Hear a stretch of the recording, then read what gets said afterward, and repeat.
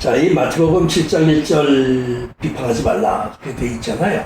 조금 더 읽어보면은 네 눈에는 들보가 들어있는데 티가 들어있는 사람을 네가 흠잡아서 저 나쁜 사람이야, 저 못된 사람이야 뭐 비판을 해야 된다 이거죠. 그런데 결론은 뭐냐면은 비판을 하는 사람은 더 큰 비판거리를 갖고 있는 사람이다라는 뜻이에요. 그게 이 티라는 것은 먼지 수준이에요.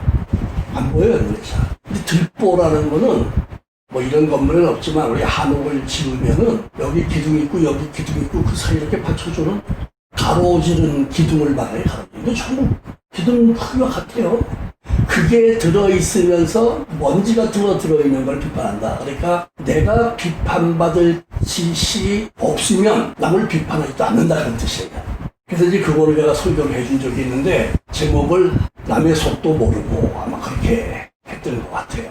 그제 지난주 신문인가 여자 산부인과 의사 얘기가 나왔어요. 그 여자가 삼성병원인가 어디 산부인과 의사인데 출산 같은 거 담당하는 사람이에요. 근데 그게 집에가 있어도 긴급 상황이 가끔 생겨요. 뭐 출산 예정일이 있지만 그거 의외로 오죽하면 뭐 비행기 안 쓰나 기차 안 쓰는 수가 있어요.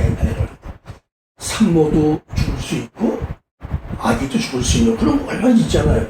그 여자에게서 아기 낳는 게 가장 위험하다 그래요. 근데 그런 상황이 생기면은 이 여의사한테 연락이 와요. 그럼 이 여의사가 푸시하게 나가가지고 택시를 잡아 탈 때가 있고 뭐 그게요.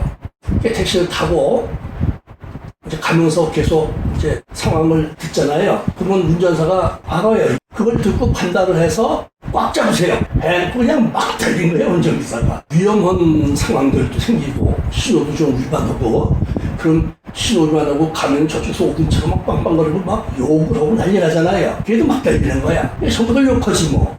지금 사람이 죽느냐 사느냐 문제니까 너희들이 뭐라고 하든 나는 이 의사를 빨리 데려다 줘야 되겠다. 이런 게 있잖아요. 그제 택시기사가 응급차 가는 거를 가로막고 싸웠어요.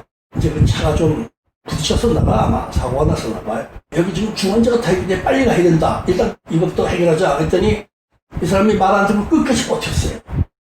그래서 다른 앰뷸런스가 와서 실프할 정도로 상황이 나빠졌어요. 그 여자가 5시간 만에 죽었어요, 환자가. 그래서 경찰에서 화가 나가지고 사람들이 막 그거 들고 일어나니까 미필적 살인이라는 게 있어요. 의도하지 않았는데 죽었다 나 때문에. 그러면 미필적 살인이라고 해서 그것도 아마 몇 년 받을 거예요 아마. 그래서 경찰에서는 그 미필적 살인을 적용하겠다. 세상에 응급차라는 것 갖다 붙여놓고 그게 말이 됩니까 그게? 그래서 이제 이 기사는 뭐냐면은 사실 뭐 응급 환자도 아닌데 응급 환자처럼 막 사이렌 불고 그런 경우도 가끔 있대요. 환자 안 타고도 그런 경우가 가끔 있대요. 가도. 이제 그렇게 알고 막 그냥 끝까지 뻗치다가 결국 이상 묻혀 들어갔어요. 그게 다 뭐예요? 남의 속도 모르고 그러는 거야. 이 택시기사가 얼마나 그 생명을 의식해서 그렇게 막 달리니까 난리를 치고 욕을 하고 막 차를 세워놓고 소리 지르고 빵빵거리고 쫓아오는 사람도 있고 그게 남의 속도 모르고 그런다 이거잖아. 그만한 사정이 있어서 그러는 건데 그래서 그 당시에 이제 제가 학교에 있을 때 30대 중반쯤 된 1학년 여학생이 있었는데 학생들이 전부 그 여자를 왕따시켜버렸어요. 왜 그러냐면은 화장을 너무 진하게 했거든요. 그래서 얼굴은 반반한데 저렇게 화장까지 진하게 하니까 네가 뭐 신학교에 뭐 꼬리 치러 갔냐 뭐 그게 화장이냐 그게 분장이지 분장도 아니고 이건 완전히 병장이다. 뭐 얼마나 말이 많고 왕따시켜야지 혼자서 너무 슬퍼가지고 말해봐야 통하지도 않고 그리고 지냈어요. 그러다가 도저히 견딜 수가 없어서 잠깐 뭐 쉬는 시간에 내가 할 말 했다고 앞에 나가가지고 그 화장 지난주 한 번을 뱉겼어요. 시커멓다 보다 푸둥둥하다 보니까 기미가 많이 껴가지고 그래서 이렇게 화장을 짙하게 한 거예요. 얼굴이 기미가 잔뜩 꼈어 시퍼렇게. 그 남편이 동해에서 낚시하다가 파도가 밀려서 밤에서 휩쓸려 들어가고 죽어서 신체를 못 찾았어요. 아들 하나 있고 30살짜리. 그러니 얼마나 충격이 컸겠는가 생각해요. 정신이 나가버렸어. 교회를 가는데 버스를 타고 가다가 종점까지 가. 중간에서 내려야 되는데 정신이 없는 거야 지금 막.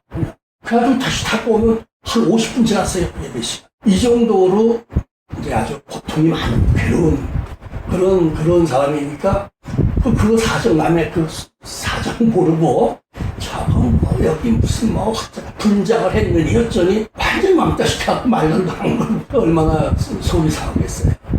그러니까 우리가 함부로 남을 비판하는 게 참 심각한 문제다. 예수님께서 산상보험이 글자로 보훈이란 말이에요. 거기서 비판하지 마라.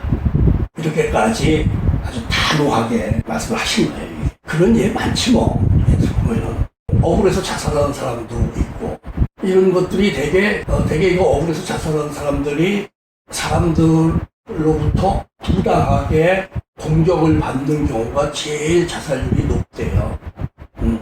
개인 사정 뭐 이런 것도 있지만은 억울한 거 이게 사람이 참기가 가장 힘들어서 그 억울한 걸 호소라서 여기셨다가 호소하는데 별로 도움이 안 되면은 그렇게 되는 거예요. 이번에도 뭐 삼성경기라나 뭐 수영도 하고 뭐 자전거도 하고 달리게 돼서 우리나라 대표 선수가 자살했잖아요. 근데 그게 뭐냐면 그 뭐 감독, 코치, 무슨 그 의사, 근데 뭐 많이 맞았대. 조금만 살쪄도 살찌면 어떡하냐고 막 패고 기합 주고 뭐 욕도 하고 그래서 이제 참다 못해가지고 뭐 여기저기 몇 군데다가 그냥 그 호소를 하고 했는데도 별로 반응이 없으니까 큰일 났죠. 뒤집혔지. 2차선에 뒤집힌 거지. 이게 다 뭐냐면은 남들이 자기를 보는 시각이 나쁘기 때문에 생긴 거지 내가 뭘 잘못해서 생긴 게 아닌 경우가 많다는 것이죠. 그래서 우리가 아주 습관적으로 이렇게 비판적인 말들을 많이 해요. 요새 하는 드라마 보니까 어제 거기에 새로운 인물이 하나 등장을 했는데 가관이더라고. 그 여자는 시장에서 지나가다가 오징어 있으면 얼마예요? 그래서 뭐 저거 사려고 그러면 냄새나 탁도죽하고 왜 그렇게 안 사려면 그냥 가면 되지. 근데 모든 일들을 그렇게 하는 사람이 있어요. 그러니까 자기가 말하고 싶은 대로 말해버리니까 그게 전부가 상대편이 나쁘다는 식의 내용들이거든. 얼마예요? 아이고 이렇게 비싸! 탁 던져버리고 가고 안 사면 그만이지. 안 사면. 근데 그렇게 그 장사하는 사람들을 비난을 해대는 게 아주 습관이 된 사람 그런 경우가 많아요. 나는 아무렇지도 않게 얘기한 것 같은데 듣는 사람 입장에서는 충격이 되고 상처가 되고 분노가 되고 막 이런 일들이 얼마나 생길 수 있다. 그렇게 보는 거죠. 지금 정치판 보면은 다 미쳤어요. 사람 하나 죽이려고 뭐 무슨 소리든 막 해대 그냥. 이게 이제 전부 미쳤기 때문에 어쩔 수 없어요. 사람들이 다 미쳐 있어요 지금. 전부 미쳤어요 지금. 근데 미친 사람은 자기가 미쳤다는 걸 몰라요. 진짜 우리나라 정치판은요 미친 사람들로 꽉 차 있어요. 그래가지고 저희들 하고 싶은 대로 다 해요. 뭐든지. 그럴 여건이 되니까. 그게 미친 건데 미친 걸 모르니까 하는 거예요. 그래서 세상이 다 미쳤다. 그래서 내가 요새 세상 돌아가는 걸 보다가 무슨 생각이 들었냐면은 이거 내가 소설을 하나 써야 되겠다 그런 생각이 들었어요. 제목이 떠올라. 광인 독백 이렇게 쓰면 되겠다. 미친 사람이 독백하는 거니까 무슨 소리를 써도 누가 시비를 못하지. 어차피 미친 사람이 하는 얘기인데 누가 뭐라 그러겠어. 그럼 뭐 욕할 걸 다 할 수 있고 비난할 걸 다 할 수 있고 그래서 이 미친 세상을 뭐 풍자해야겠다. 그런 생각이 다 들 정도예요. 하여튼간에 정치판에 그러한 미친 증세들 보이는 사람들 전부 멀쩡한 사람들 죽이는 소리만 하거든요. 완전 살인이지 뭐 언어 살인이죠 뭐. 그러면 그렇게 하는 사람들은 어떤 사람들인가 하는 얘기예요. 피의자로 기소까지 돼 있는 사람들이 그때 소리를 해도온다. 이거는 정말 적반하자 이거든 정말. 그렇게 미친 거지. 미쳤으니까 자기가 미친 걸 모르니까 막 떠들지. 그렇게 말할 만한 자격이 있다고 인정되는 사람이 많으면 설득력이 있죠 그거는. 근데 저는 아주 그냥 객관적으로 죄인인데 그렇게 죄 없는 사람을 죽이려고 들면은 그 사람은 얼마나 억울하고 자살하고 싶을 거예요 아마. 참 너무 남을 비판하는 이런 일들이 너무 비일비재하다. 지금 우리가 그런 걸 보면서 우리가 항상 쾌감 없는 사람이 없으니까 내가 누구를 한국의 결함을 비판하려고 하면은 나는 더 큰 게 나한테 있다. 그게 없으면 절대로 그렇게 안 한다는 거예요. 마태복음 7장 1절부터 5절까지 말씀드린 거예요. 네 눈에 들보를 빼고서 비판을 해야 된다는 얘기죠. 그래서 우리가 비판하지 말라. 이걸 아주 간단한 제목으로 남의 속도 모르고 하면 아주 막하게 와주는 그런 제목이 될 수가 있습니다. 그 다음에 또 하나는 뭐냐면, 이게 누가복음 우리가 읽었잖아요. 이거는 2005년이나 6년쯤 아마 내가 설교를 한 것 같은데, 한 사람의 추도 예배를 하루 전에 하고 그 다음날도 2번 한 적이 있어요. 왜 그랬냐면은 아버지의 돌아가신 분의 아주 친한 절친 친구들이 우리끼리 한번 모이자 그래가지고 추모 예배를 저희끼리 드린다고 해서 한 10여 명이 모였어요. 나보고 설교한다고 해서 갔는데 거기에 있는 사람들 중에 2사람만 알아요. 한 사람은 조선일보의 박무영 회장이 거기 있었고, 그다음에 센터사 사장인데 이 김재순 씨는 자유당 때 국회의장 한 사람이에요. 그 2사람이 있고 나머지 사람들은 기업의 회장들인데 이제 거기까지 제가 알 바도 없고 뭐 알지도 못해요. 한 30분 예배를 드리자. 그래서 예배를 드렸어요. 그때 이제 누가복음 16장으로 설교한 거예요. 부자 얘기 나왔잖아요. 그때 설교가 제목이 19자예요. 제목이 19자. 그러니까 문장 하나야, 그냥 문장 하나. 저 부자의 간청이 나의 간청이 되지 않게 하소서. 그럼 뭐 설교 내용 다 한 거예요. 아시다시피 이 부자 붉은 옷 입고 살았다 그러잖아요. 자색 옷 입고 살았다. 이 자색 옷이요, 그 고대사에서 자색 옷은 엄청난 부를 갖고 있지 않으면 못 입는 거예요. 우리가 유럽의 첫 번째 교회가 빌립보 교회거든요. 그게 지금 마케도니아에 말하자면 빌립보 교회에 루디아라는 자주색 옷감 상인이 있었다. 근데 그 여자가 거부예요, 거부. 그래서 자기 집을 교회로 제공해서 유럽의 첫 교회가 생긴 거예요. 그래서 이 자주장사가 옷을 빨간 물감 들인 옷감을 아주 그 귀족, 부유층에만 파는, 일반인들은 사기도 못해 비싸. 에스겔서 27장인가도 그 붉은 물감 들인 배옷 이런 얘기가 나오는데, 그게 성경에, 우리가 성경에서 두로와 시돈에서 나온 거예요. 그 성경 지명을 보면은 그 당시에는 고대에는 거기가 페니키아라는 이름을 갖고 있었어요. 페니키아는 지중해 세계에서 조그만 나라가, 지금 레바논이거든. 이 조그만 나라가 지중해 세계에서 패권을 갖고 있었어요. 진짜 손바닥만한 나라에 해변가에 뭐. 근데 왜 그러냐면 이 나라가 부강한 나라예요. 그쪽에서 그게 뭐 정확한 내 이름 모르지만 고동 같은 거 있죠, 바다에서. 그런 데서 그 붉은색 염료를 채취해서 그 붉은 천 만들어 염색해가지고 팔고 막 구역하고 지중해를 섞어놓다시피 했어요. 그래서 카르타고 같은 도시, 그 당시에 굉장히 큰 도시였거든요. 지금의 레바논, 리비아, 지금의 리비아의 아프리카에. 거기가 식민지예요. 이 정도로 부강한 나라였거든, 조그만 나라인데도. 그래서 여기 이 부자는 얼마나 부자냐면은, 이 사람이 뭐, 신분이 전혀 소개되지 않아서 모르는데, 붉은색 옷을 입고 날마다 호화로운 잔치했다. 그러면은 매일 파티했다는 얘기고, 그것도 호화로운 파티를 했다. 그랬어요. 주지육림이 아주 붉은 옷을 입고 살았어요. 그리고 아주 극명하게 대비되는 나사로라고 하는 버려진 사람이에요. 그게 버려졌다고 그랬어요. 사람 취급을 못 받아요. 완전히 개 취급이야. 개와 동격이 돼 있어요.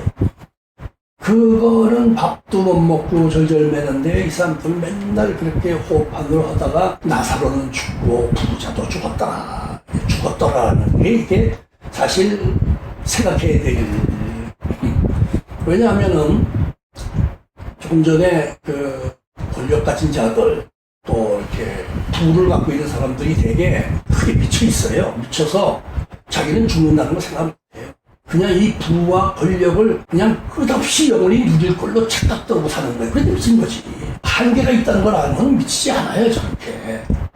그리고 우리 역사를 보면은 서양사들, 뭐 한국사들 같은 역사를 보면은 권력이 영원했던 것은 한 번도 없어요. 진시황 같은 그런 사람도, 징기스칸 같은 사람도, 나폴레옹 같은 사람도 영원한 사람이 하나도 없어요. 다 끝이 오는데 악하게 할수록 살아있을 때 끝이 와요. 그 사람에게. 악하게 하는 사람은 다 자기 생명이 끝나기 전에 악하게 한 보응을 받아요. 근데 자기는 이 권력과 이 부가 영원히 누리게 되는 것으로 착각을 하고, 착각이 아니지. 미쳤으니까 판단이 안 되지, 그게. 그래서 미쳤다고 그러는 거예요. 그게 미쳤다는 게 맞죠. 그래가지고 그냥 자기 하고 싶은 대로 다 하는 거야. 자기 마음대로. 영원할 줄 안 되니까. 꼭 기억할 게 뭐냐면은 나사로가 죽고 부자도 죽었다. 죽는 거예요. 만일에 어떤 사람이 죽지 않으면 그런 비극은 없어요, 세상에. 안 죽으면 어떻게 됩니까? 200~300년 살아보세요. 박물관 들어가 앉아있어야 돼요. 구경거리 되는 거야, 그거는. 자, 200~300년 살고, 예를 들어서 뭐, 아담부터 노아 시대까지의 수명이 보통 한 900년 정도게 되는데, 그 정도 산다면 친구가 있어요, 누가 있어요, 뭐가 있어요, 주변에 아무것도 없는 거야, 그 사람은. 그 사람은 완전히 박물관에 고물이 돼서 앉아있어야 되는 거예요. 구경거려야 되는 거예요. 안 죽으면 불행이에요. 죽는 게 아주 다행인 줄 알겠대, 사실은. 지난번에 제가 말씀드렸듯이 미국의 한 정부 기관, 일부 기관이 발표한 내용이 충격적이라고 했잖아요. 앞으로 30년, 2050년이면 지구는 생명이 살 수 있는 조건을 다 잃어버린다. 상당히 학술적으로 연구한 결과예요. 무당 예언이 아니에요. 미국 정부 기관이에요. 그렇다면 예수님이 오실 때가 매우 임박했다 한다 할 수 있어요. 그리고 부자로 살든 권력자로 살든 살다 보면 자기 친구도 죽고 선배도 죽고 할아버지도 죽고 그런 사람들 할아버지 죽고 다 죽었어요. 근데 죽음을 의식 못한다니까. 그러니까 여기서 참 중요한 대목이 나사로는 죽고 부자도 죽었더라. 이게 핵심이에요, 이게. 근데 그걸 이제 생각을 못하고들 그냥 막 부리고 뭐 천방지축 갑질해가면서들 사는 사람들 많이 있어. 내가 그 예배 때 설교를 그렇게 했어요. 제목 그대로, 이 부자가 지옥불에 떨어져가지고 두 가지 간청을 하지 않았느냐. 하나는, 나 갈증 때문에 내가 미쳐 죽겠다. 그 물 한 방울만이라도 내 혀에다.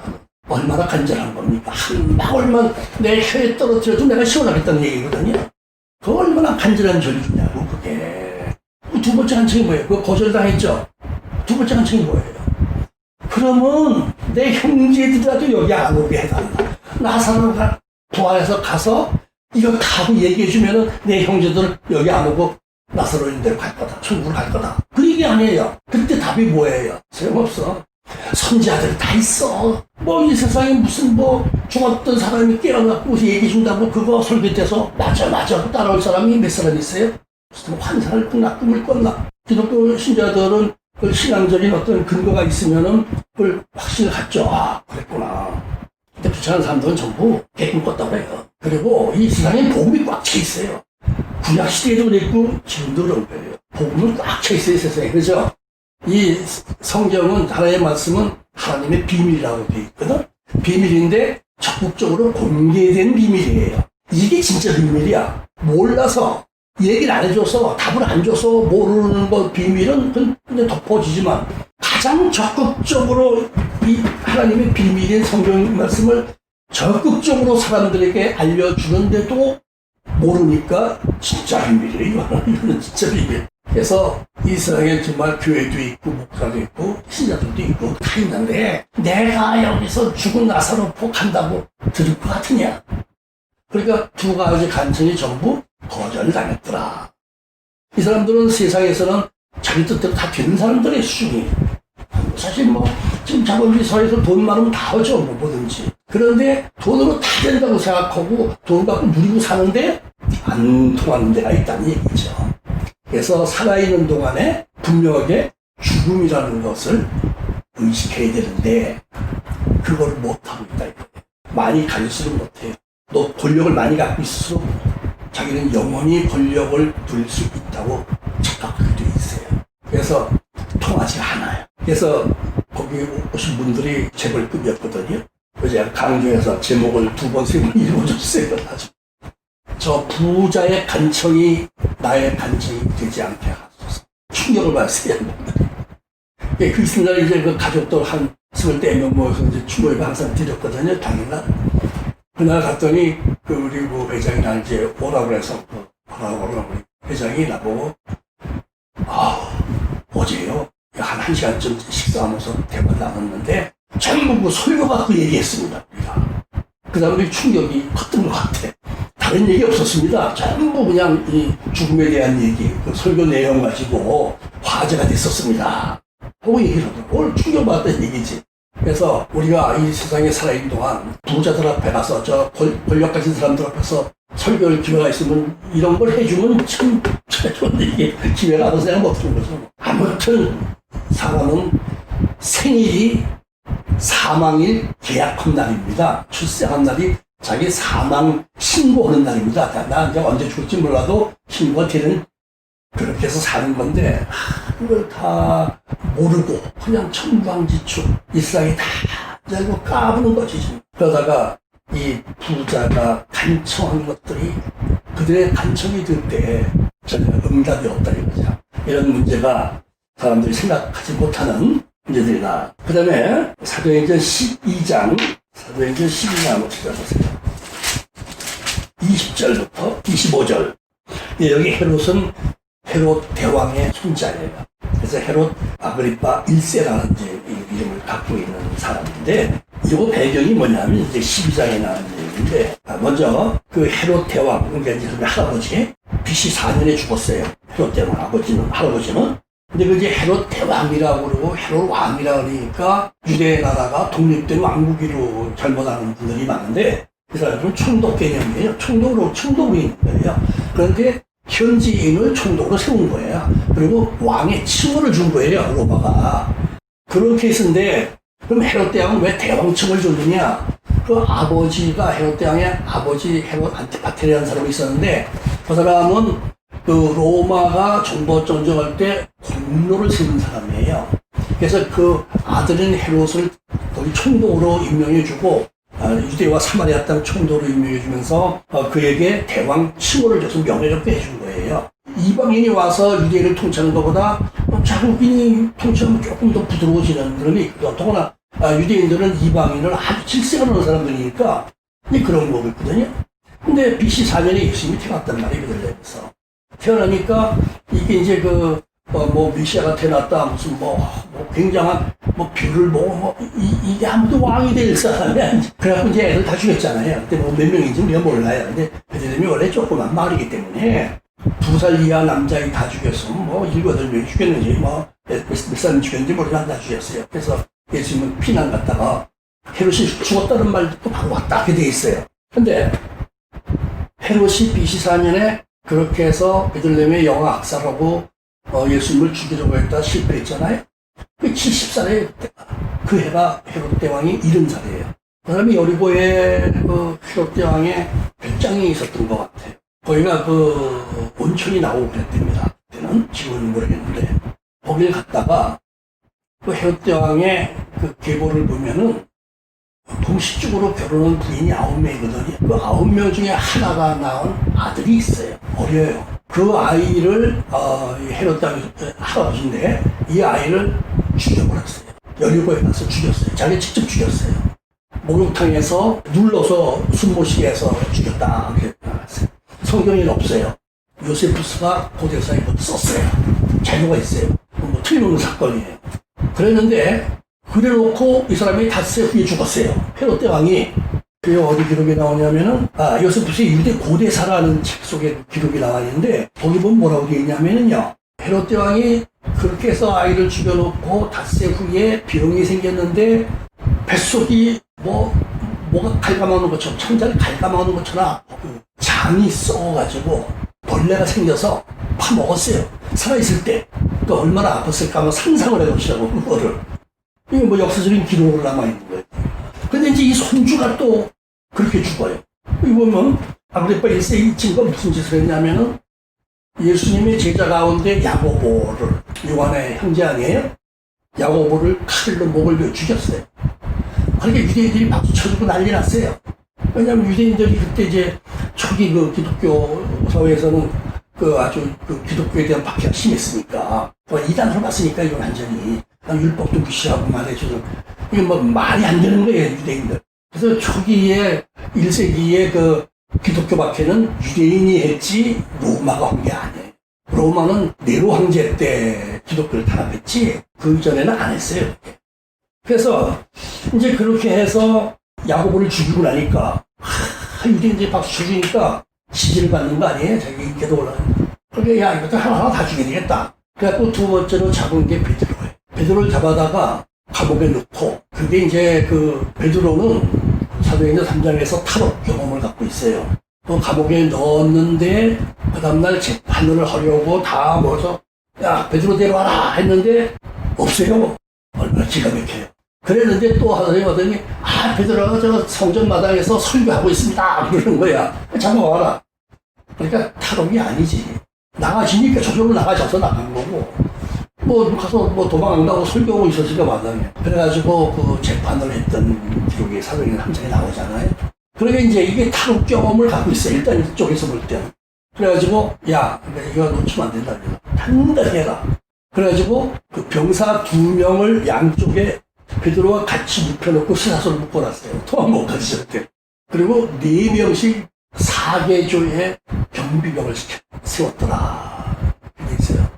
아, 그냥 삼엄한경계지, 이건 정말 조폭, 두목, 뭐 이런 것들도 이렇게 안 해. 탈옥 경험 때문에 아마 그랬을 거예요.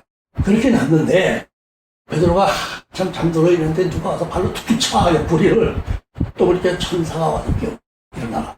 그래서 묶여있다는 이런 걸 의식을 못해. 쳐서 다 일어나죠, 그냥. 그래가지고 천사가 앞서서 나가. 4명씩 4개조의 보초병들이 전부 그냥 멍하니 막서 있어서 못 봐, 이거를. 천사가 가르쳐준 거야. 그래가지고 어디까지 갑니까? 사도 요한복음은 요한의, 마가복음은 마가의 어머니, 마리아의 집까지 데려다 주는 거야. 그 집이 바로, 120인도가 성령 받은 집이고, 그 집이 바로 최후의 만찬한 집이고, 정말 예루살렘의 부자였어요, 그 집이. 그래가지고 그 집에서 지금 많은 여자들이 모여가지고 밤새면서 기도하고 있는 중이야. 베드로 구하기 위해서. 그 대문 앞까지 데려다 주잖아요. 데려다 사라져버렸어. 그래서 문을 막 두드려.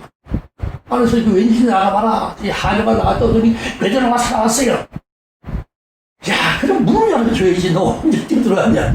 아무도 안 믿어. 베드로 왔대. 베드로에 귀신이 왔나? 뭐 영이 왔나? 뭐 이러고. 그래서 이제 베드로가 구출된. 그래놓고 나서 이 아그리파 1세는 큰 물고기를 놓쳤거든. 얼마나 화가 나겠어요.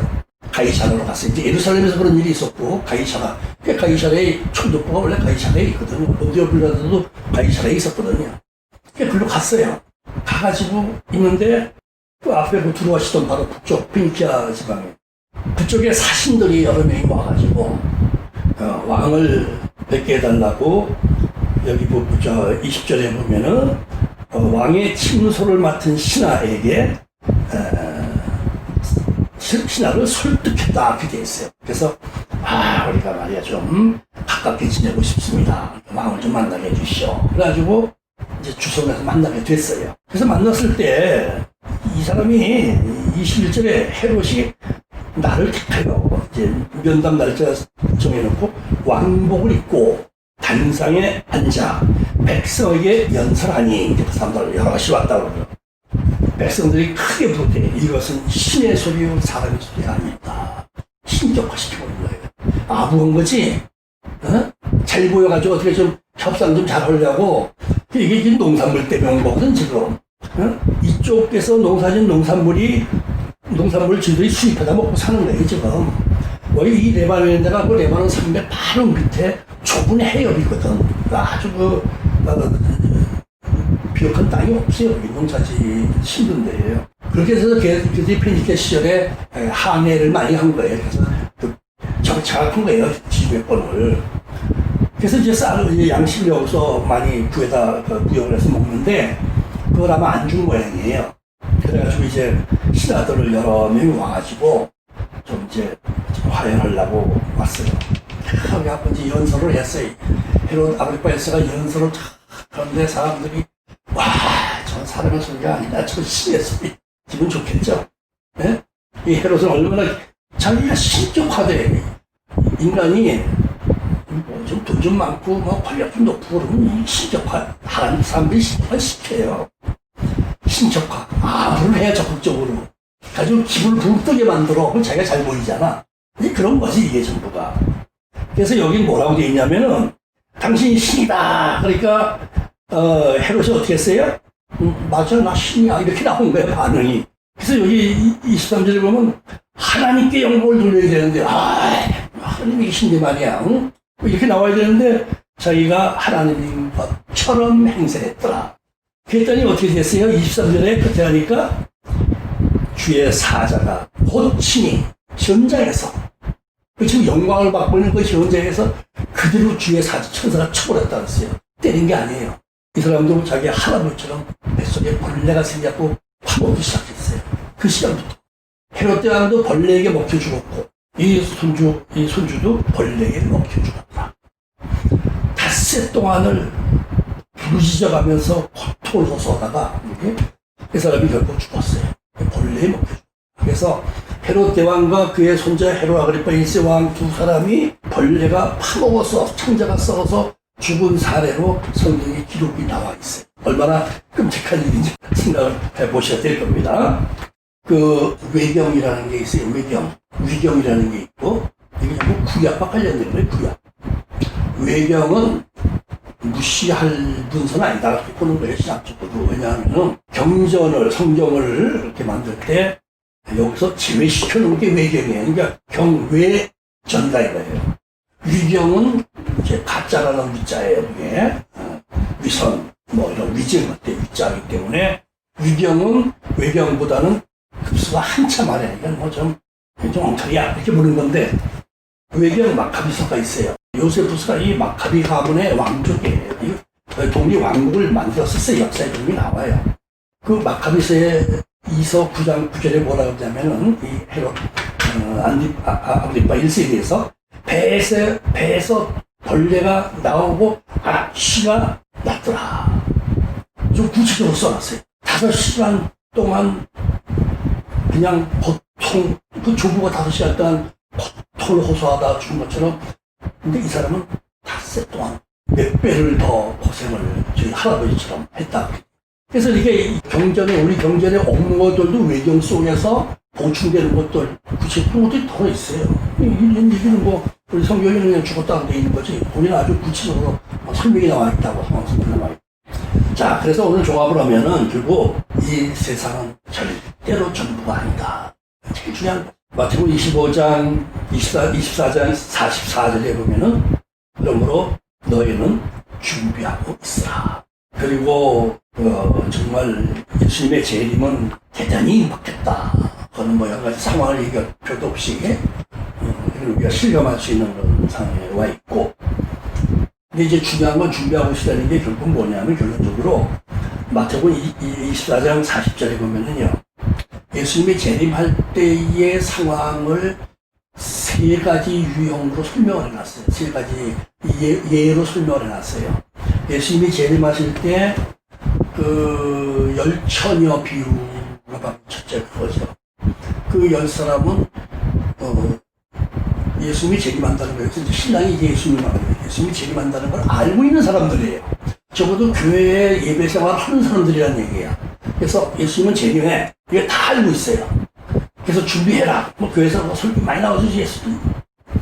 5은 데려감을 당하고 준비된 5은 버려둠을 당하였더라. 그럼 50%가 그런 얘기야. 그러니까 교회 안 나오는 사람이 아니라 교회에 나와 있는 사람 숫자에서 절반쯤은 예수님 재림하실 때 상관없는 사람이 될 수 있다. 굉장히 심각한 경우예요. 정말 이게 심각한 경우로 봐야 되는데, 우리가 준비하고 있으라 해요. 예수님 말씀이 준비하고 있으라. 또 하나 있죠. 2 남자가 밭을 갈고 있었는데 하나는 데려감을 당하고 하나는 버림을 받더라. 또 있어요. 2 여자가 맷돌을 갈고 있었는데 한 여자는 데려감을 당하고 한 여자는 버림을 받더라. 전체가 1대1, 50대 50이에요. 이게 우연이냐? 이게 그냥 환속일까요? 예수님이 재림과 관계에 대해서 예를 들어서 말씀하신 거니까 그런 상황이 그렇게 온다라고 말씀하신 거예요. 교회에 다녀도 정말 돈 떠있는 사람 많죠. 그러면서 마지막으로 가장 강조했던 말씀이 24장 11절에 나오는데, 말세가 되면은, 즉 내가 재림할 때가 되면은 거짓 선자가 많이 일어나서 많은 사람을 미혹한다. 그래서 너희는 준비하고 있으라. 너희는 깨어 있으라. 이렇게 예수님이 강조한 대목이에요. 그래서 우리가 이렇게 이제 건강하니까 안 죽을 것 같고, 돈이 많으니까 얼마나 죽을 것 같고, 권력이 있으니까 영원히 권력 누릴 것 같고, 현재는 현재지 인간에게는 영원이라는 시간이 없거든요. 이 지상에서는. 그거는 우리 영혼과 관계된 하나님의 세계지, 이 지상에서는 영원이라는 건 인간에게 해당이 안 되는 거예요. 영원히 누릴 거로 알고 이렇게 살아가기 때문에 예수님께서 재림에 대해서 경고를 강하게 하셨고, 소신서에도 뭐 바울을 통해서 재림에 대해서 경고하고, 이렇게 마태복음에서 주로 마지막 설교에서 이렇게 강조를 했어요. 이 마태복음 24장, 25장 이쪽이 마지막 설교란 말이에요. 예수님의 마지막 설교. 이 마지막 설교에서 강조한 것이 바로 재림과 관계된 이야기고, 야, 절반이야, 절반. 내가 뭐, 그래서 어떻게 하면 절반이야. 절반은 내가 버려. 절반만 데려갈 거야. 저기 저리가 이거죠. 준비하고 있으라죠. 죽음도 준비하고 있으라. 주님 오실 때 재림, 휴거도 재림 준비하고 있으라. 이 준비가 되지 않고 그냥 붕 떠서 그냥 그렇게 아무 일도 없는 것처럼 그냥 이렇게 세월이 그냥 영원히 갈 것처럼 생각하고 살자는 사람은 안다는 뜻이에요.